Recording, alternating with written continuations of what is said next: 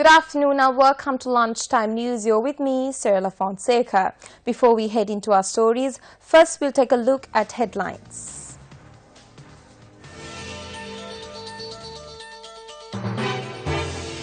Shape of Water wins big at the Oscars 2018. Performance in Fargo. Individual arrested for molesting 5 children at a children's home in Habaradua. Fire destroys water pumping station in Salyavavar.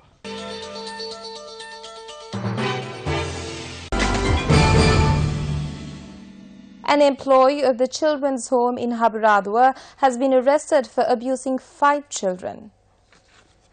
According to police, the suspect is a 53-year-old who has allegedly abused the young girls a number of times for more than a month. The victims are 2 11-year-olds, 2 15-year-olds and a 13-year-old. The suspect is said to be produced before the Galle Additional Magistrate today. In political news now, UMP parliamentarian Bandulal Bandarikoda expressed the following views at a public meeting held in Yakkalamulla.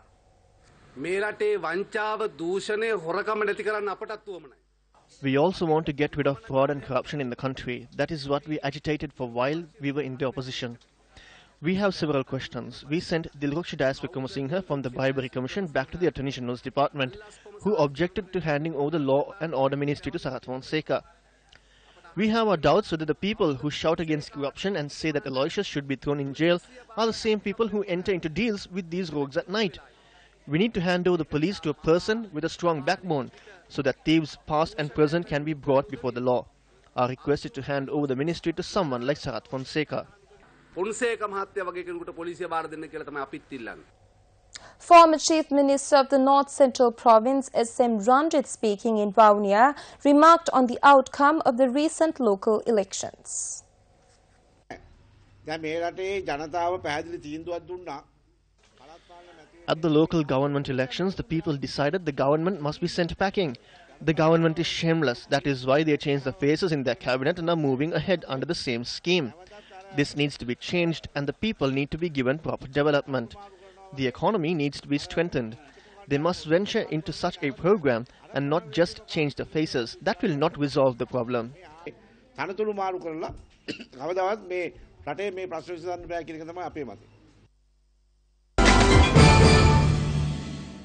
The Met Department says a decrease in rainfall is expected today. The department says showers or thundershowers could occur at several places in the western, Sabaragamu, southern, central and Uba provinces after 2 p.m. today. A house near the 18th post in Sellambura Yakkalamulla in Galle was damaged yesterday. Following a collapse of an earth embankment, nobody sustained injuries from the incident. A fire broke out at a water pumping station of the Kalavavar in the Salyavavar area at around 1:30 this morning. Our correspondent in the area reports that the station was completely destroyed and the cause of the fire is yet to be ascertained. The pumping station provides water to nearly 2,800 families in the area. The Kiral Kale Reserve surrounding the Nilvala River has been severely affected due to the environmental pollution in the Nadugala area. The Nadugala Road falls close to the Nadugala Mangrove system surrounding the Nilvala River, which belongs to the Kerala Kale Reserve. Our correspondent said this issue has arisen as a result of the waste disposed by tourists along this route. Special envoy of the Anti-Personnel Mine Ban Convention, Prince Miraj Rad Z Al Hussein, is scheduled to arrive in the island on an official visit today. The Ministry of Foreign Affairs said he will be in the country till the 7th of this month. The visit of the special envoy is of significance, with Sri Lanka becoming the 163rd state to accede to the Anti-Personnel Mine Ban Convention on the 13th of December last year.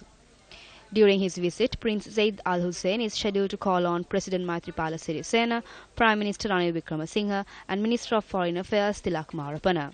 Prince Zaid Al Hussein is also scheduled to undertake a field visit in the northern province with Minister of Rehabilitation and Resettlement D.M. Swabinandan and observe mine clearance missions in the area. During the field visit, he will also meet with victims of landmine explosions and representatives carrying out mine clearance missions. The special envoy is also scheduled to hold discussions with the United Nations team in Sri Lanka, civil organizations and other parties on providing further relief to the victims of landmine explosions and mine clearance missions.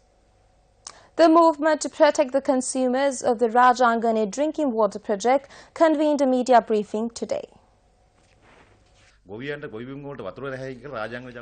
is a group of politicians in the Anuradhapura district who are attempting to achieve their political agendas by prompting farmers to protest after spreading false information claiming that there is a lack of water at the Rajangane reservoir to be distributed for farming activities.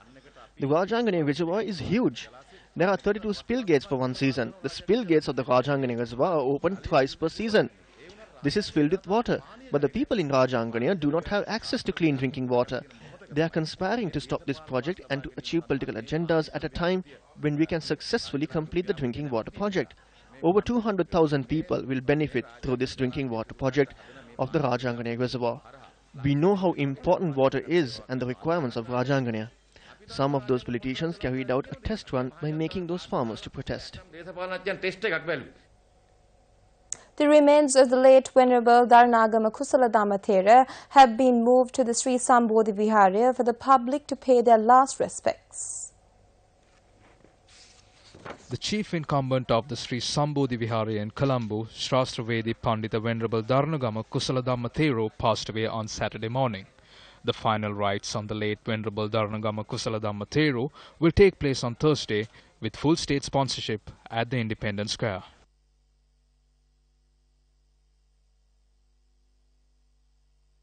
Well, this is a wrap of lunchtime news for the day. Do join us again on our afternoon 55s as we bring you the very latest.